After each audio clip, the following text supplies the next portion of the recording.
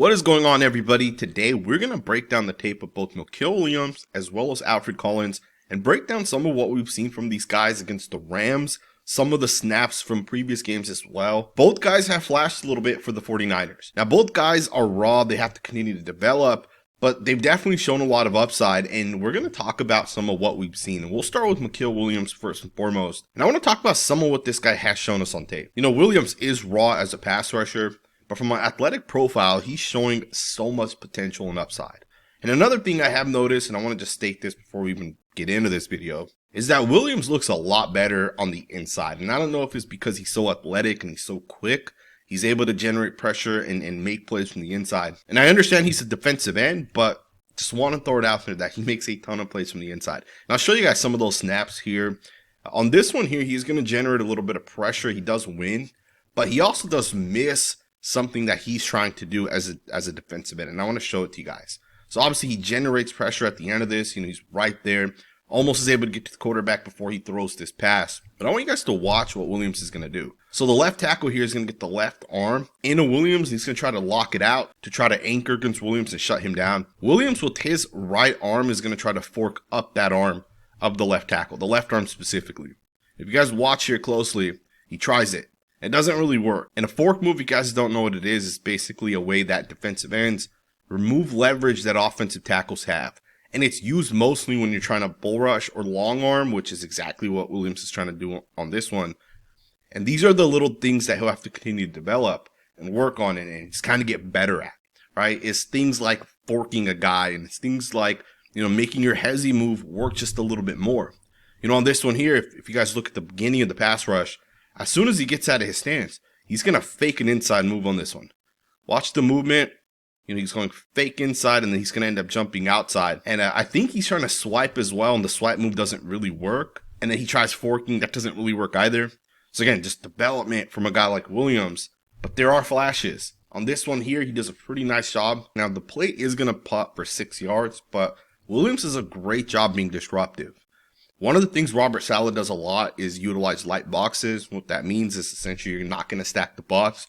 And you're going to tell your defensive linemen to disrupt the run gaps, disrupt the run flow. And one of the things you're going to see with Williams is he's going to be disruptive. He is going to get into run gaps and lanes, and he's going to cause havoc in the backfield. And here's a great example of it. So the Rams are going to run duo, which is a power-based run concept. And they're going to actually insert their wide receiver, Puka Nacua, on this one. But I want you guys to think about this play here. Now, this is duo to the right. So what that means is this play is really meant to hit somewhere inside into one of these gaps. But what you're going to actually end up seeing on this one is that Williams is actually going to take this tight end. He's going to push him back. He's ultimately going to help shut down some of these gaps that the running back may be able to hit. And the running back's not going to be able to hit it into one of these gaps. Instead, as he gets the football, he's going to actually bounce this to the left. And that's partly because of Williams and what he does with the tight end. Look at him take this guy back. And look at him get into those gaps. If the running back does try running this to the inside, Williams makes the play. So the running back smartly bounces this to the left, but Williams does a phenomenal job being able to push this tight end and get past that block. And I should also just throw this out there. For a duo to actually work, the two important blocks are going to be the seal outs on both sides. So the tight end and 77 both have to just seal this outwards. And on this one here, neither of those guys are going to be able to seal this out. But keep an eye on 77. Watch him try to set himself up to the inside of this defensive lineman. He's a little late out of his stance, so he obviously is not able to really set up to the inside. At the same time, you look at the other side. 87 is going to try to do the same thing on Mykel Williams. And the power, right, the physicality just to go through that block. That's impressive as hell if you guys ask me. Let's go ahead and get to the next snap. Alright guys, let's go ahead and get into this next snap here. Once again, the Rams are going to try to run duo, power-based concept. They are going to run the same exact concept. It's just going to be run a little bit differently. But the same principles still apply no matter what. One of the things you have to do on this play for the Rams to be able to have success is 87, the tight end, and the left tackle number 77, Jackson, both need to set up to the inside of these two defensive ends. This play does not work if those two blocks are not made. Now the Rams insert their wide receiver, so in this case, 5's going to actually come around to the inside of 77, and his job is to get to the inside of this corner. And then Nacua on the other side is also going to make the same block, I believe he's going to get up to the safety right off the screen over here to the right. But with that being stated, the play does not work without 77 blocking out and sealing the defensive end outwards. And he's trying it, right? But Williams does a great job just beating that left tackle. And on this one here, you're going to pick up no yards. Now, there were penalties on both teams, so the play doesn't technically count. But this is what I mean when I talk about being a disruptive football player. This is a light box situation. So for Mykel Williams to not only have the outside containment, but beat this guy to the inside and still make the play, that is a phenomenal job right there. Like, you don't get a better rep from an edge player than this one here. And again, 77 has to block out Williams. It's such an important part of this play working. Just thinking about this play right here, if the block is properly made here, you already have a double here up to Fred Warner. So at this point, if 27 goes either way, the running back just has to hit it to the opposite gap. This play picks up about 5 to 10 yards. But Williams has other plans. Once again, just a phenomenal job by Williams to be able to get back there and blow this play up. Now, obviously, as a run defender, we know the type of player that this guy is. As a pass rusher, he does have to still continue to develop. He has to continue to fine-tune the technique. One of the things he does obviously have going for him is that he's very quick. And he's big too, right? It's not like he's a small football player. Mykel Williams is a massive, massive human being. Some people thought he'd be the #1 overall pick coming out this past year because of the traits that he has. Now, obviously, we knew he was a little bit on the raw side in terms of like the pass rush technique. But he does do a good job using the athleticism. And also, he does try to use certain pass rush techniques, right? On this one here, he's going to end up swiping the tackle. And I'm going to slow this down so you guys can see the swipe. The swipe happens right there with the left arm. And he does try to swim as well. So he's going to try to swipe, swim. As a pass rusher, you got to be able to do these type of combos, right? So on this one here, the swipe comes first. The swim comes a little late, right? So again, development is going to be a big part of this guy being able to kind of get better and develop and become a superstar caliber player, which he definitely can as he continues to develop. But you can just see that the swipe swim's just a little slow, right? The swipe happens, the swim happens a little late. Truth be told, he still does a good job being able to generate pressure. And a part of that also is because he's so fast and he moves really well. So when you're fast and you move well, you're going to be able to generate pressure. You're going to be able to get back into the quarterback. On this one here, he does a phenomenal job with the rip move. If there's one move this guy does well, it is the rip move. And here's a great example of this. Now, I also said I think from the inside, he looks a little bit more explosive. On this one here, so it's a power-based move. He rips, and he does a really, really good job. And I want to show you guys something that I think a lot of people don't recognize. When you're ripping, and more than that, like the actual benefit and why you're ripping. So when these offensive linemen get their hands on you, you want to break that contact. You can fork these guys' hands up, which is something Williams tried in that first snap I showed you guys, or you can rip. You can put the right arm underneath their arms, but part of ripping is also, once you have your arm underneath the arms of the offensive lineman, that right arm needs to go up. And that up, right, as you take your arm upwards, right there as you see him go up, that is what's going to break the contact. So Williams does a phenomenal job here with the rip move, and he does it the right way. Not everybody understands how to rip properly. And even NFL guys, like, literally don't know how to rip properly. Some people think it's all about just getting the hand, right there the way Williams does. They don't think about the second part, right, which is rip that arm upwards, right? Even as you lock in with this guy, go up as high as you can, and that's what's going to break that contact. And on this one here, he's going to generate pressure. And the quarterback just kind of throws it up into double coverage. But again, that's a phenomenal job right there by Williams. So he's not raw in every single aspect as a pass rusher. He has good power-based moves, right? He has a good bull rush, really, really nice rip move. And he's quick and he's fast. And you can see some of the flashes from this guy on tape. There are plays that he is making where you can say, hey, if he can just fine-tune certain things, he's going to be able to generate a lot of pressure. And he's going to become an elite football player. And I do think that. I think Mykel Williams is showing the flashes, especially early on, that he's going to one day potentially be elite. But it is going to come down to him developing and really taking his pass rush technique to the next level. And I'll give you guys 2 examples of guys that were kind of in the similar boat as a guy like Mykel Williams. Tyree Wilson, Lucas Van Ness, both guys came out. And, the thing with Tyree Wilson as an example is Tyree Wilson never really had pass rush moves. And he really didn't flash anything even in his first season. All Tyree would do is just bull rush. And even up to today, like, he really doesn't have many pass rush moves. Lucas Van Ness, on the other hand, showed more pass rush moves than a guy like Tyree Wilson. And even today, the guy's actually looking a lot better.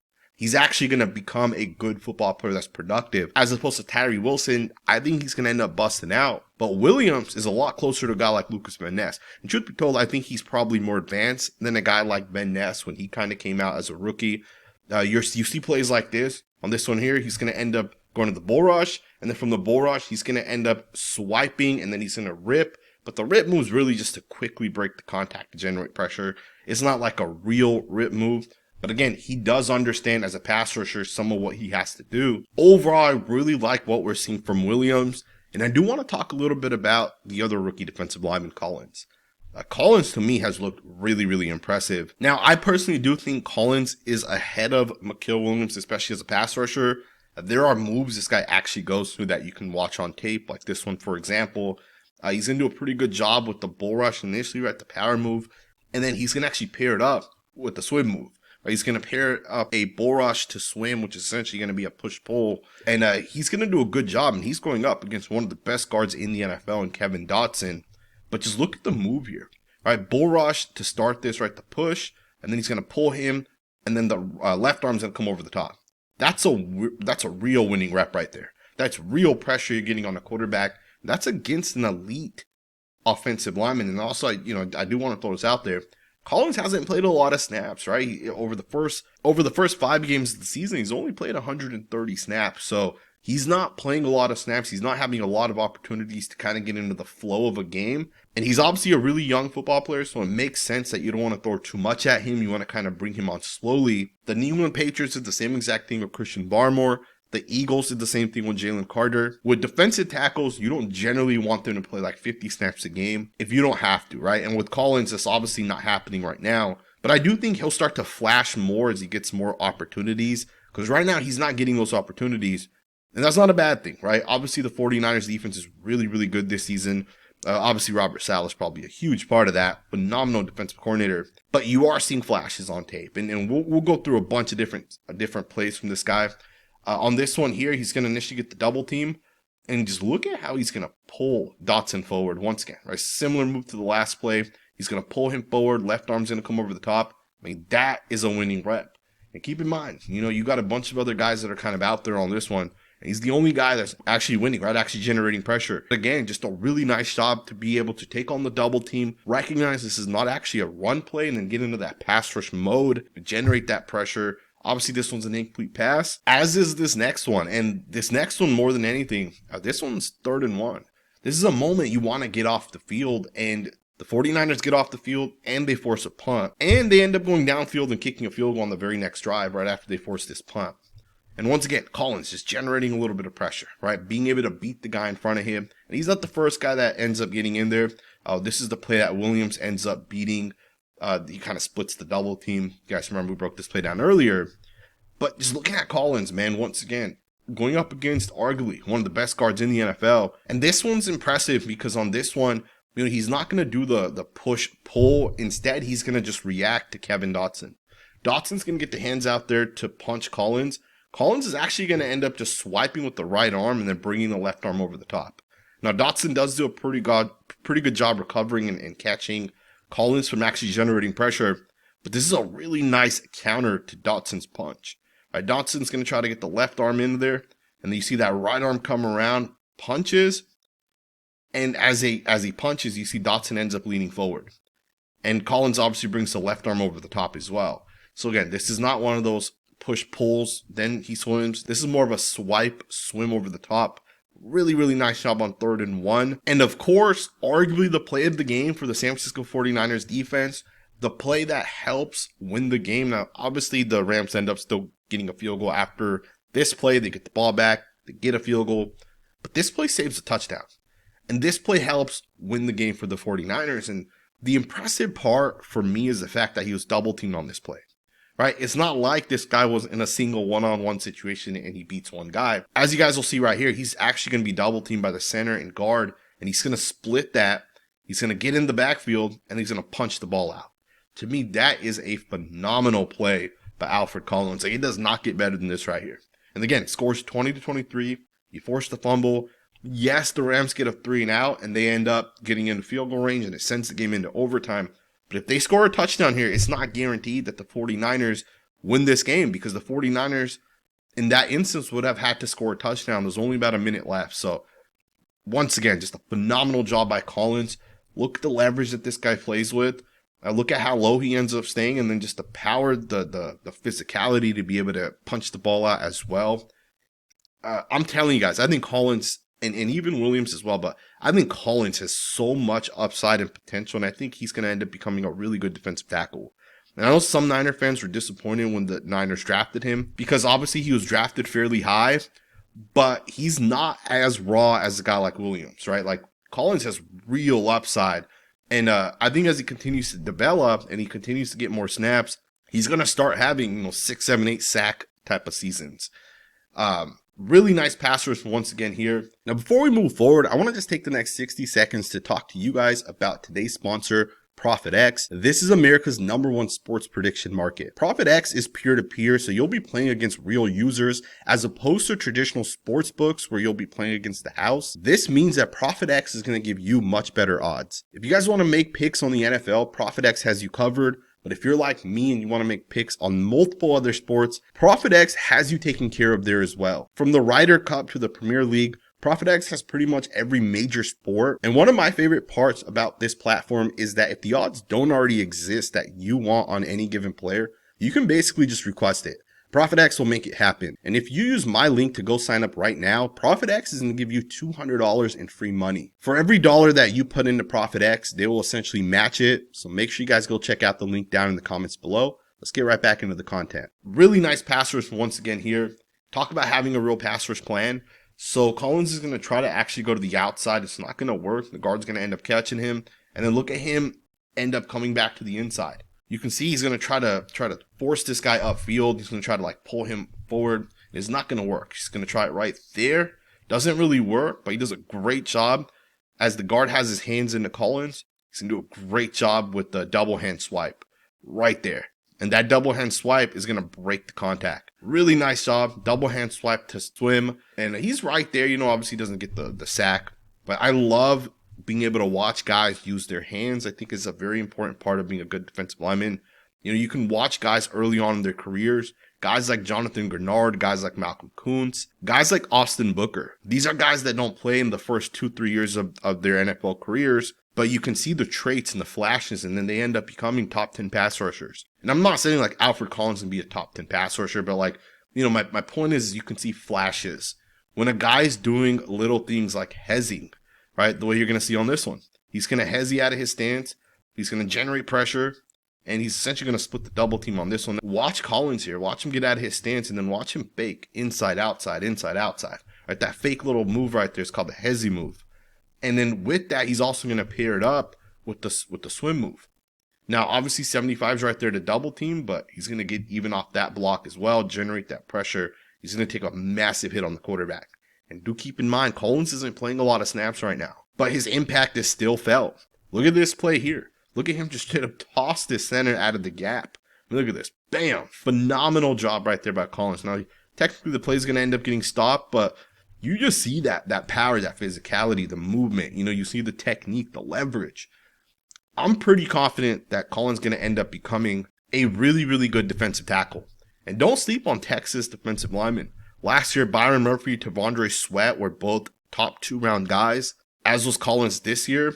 And the other two guys are really, really, really good, right? Tavondre Sweat, I think, is one of the better young defensive tackles, as is Byron Murphy. And you're seeing a lot of flashes with Collins early on in his career. I hope you guys enjoyed this video, man. I know it was kind of quick. We went through 2 different guys, but I really do like both of these guys. Again, I think Collins is a little bit better at this point. He's a little bit further ahead. But Williams has a ton of upside and potential as well. And I hope you guys enjoyed this video, man. We are going to be covering the 49ers on this channel. My goal is to do 2 Niners videos every single month. So let me know what you guys think, man. Thumbs up, subscribe if you're not subscribed, and I'll see you guys next time with another video.